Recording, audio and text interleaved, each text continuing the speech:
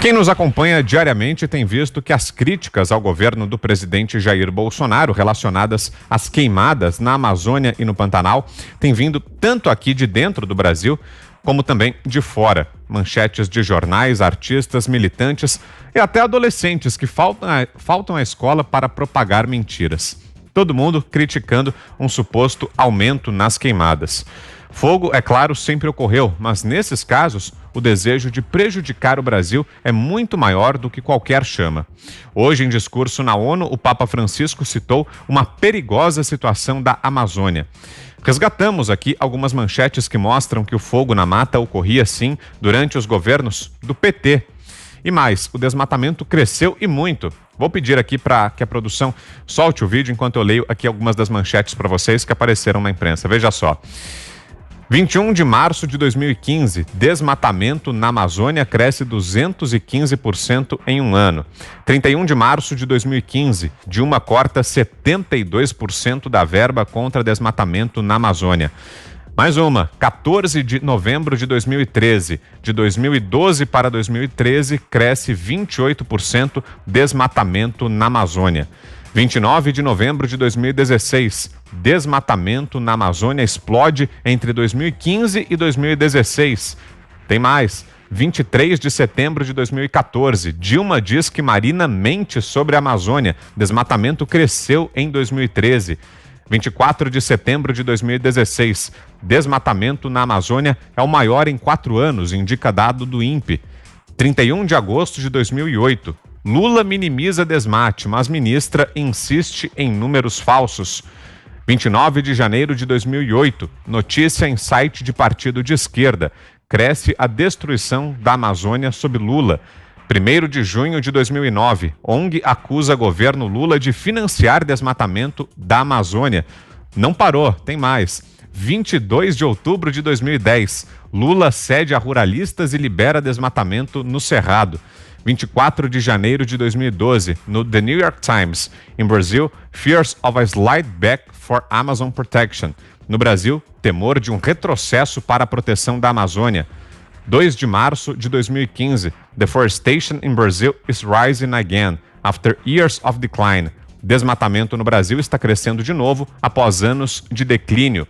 No Los Angeles Times, 2 de setembro de 2015, increase in rate of Brazilian Amazon deforestation rises alarm. Crescimento na taxa de desmatamento na Amazônia brasileira soa alarme.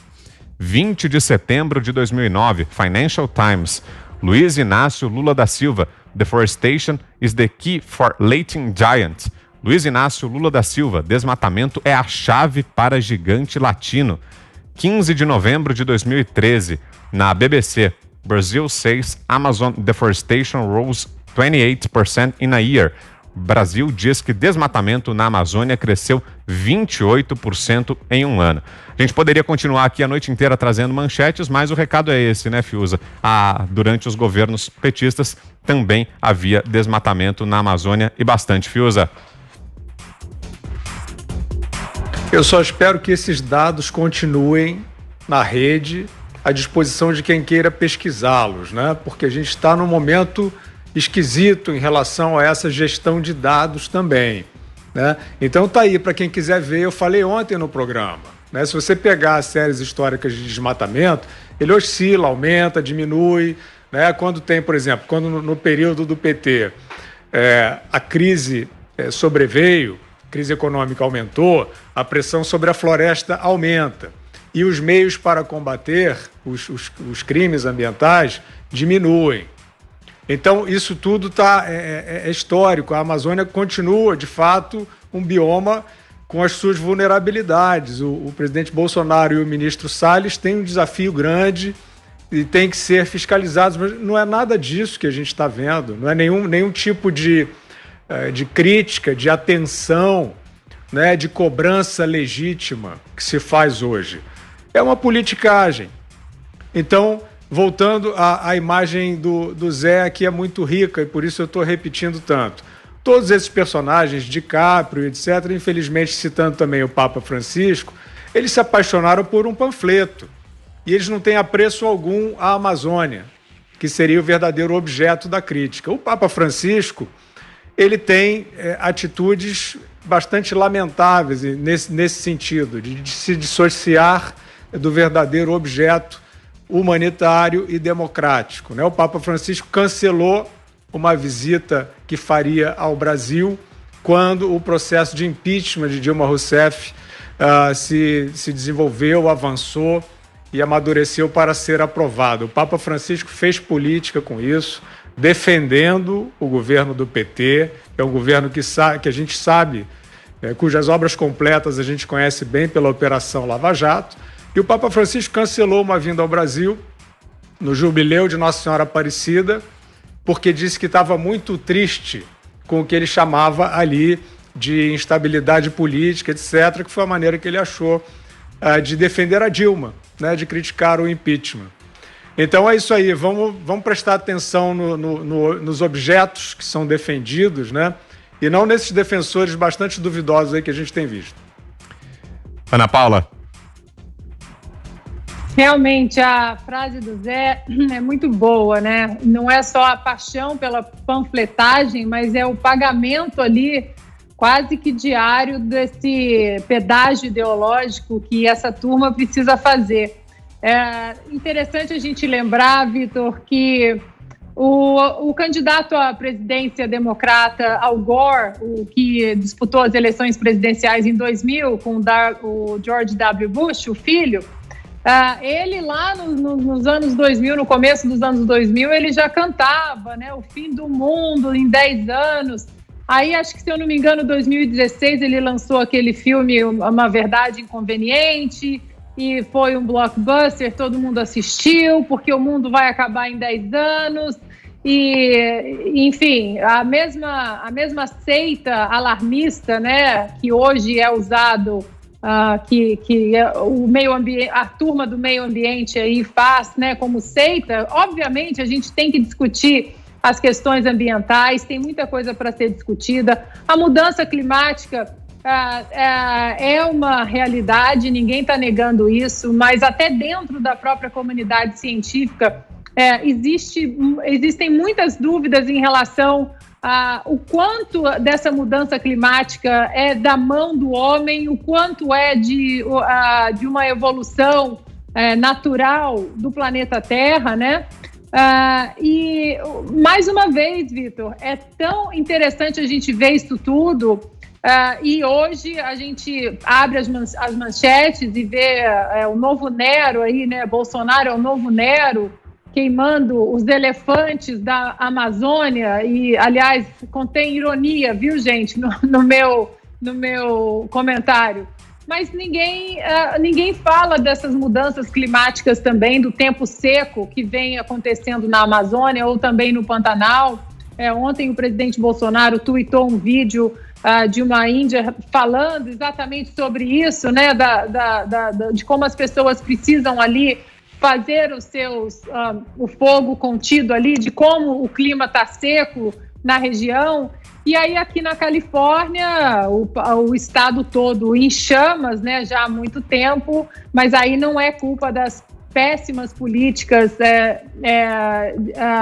do governador democrata Gavin Newsom em relação à contenção desses fogos, à limpeza dessas áreas florestais, dessas áreas muitas em áreas federais, muitas em áreas estaduais.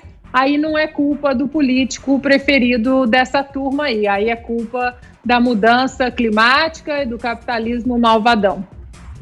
Fala, Zé. Olha, é interessante, Ana, que houve aqui no Brasil uma parasitação de setores. Certos setores do governo aqui no Brasil, eles são exclusivos para iniciados. É assim, era na cultura, era assim no meio ambiente, na reforma agrária, ou seja, só pessoas do grupo, né, do gueto.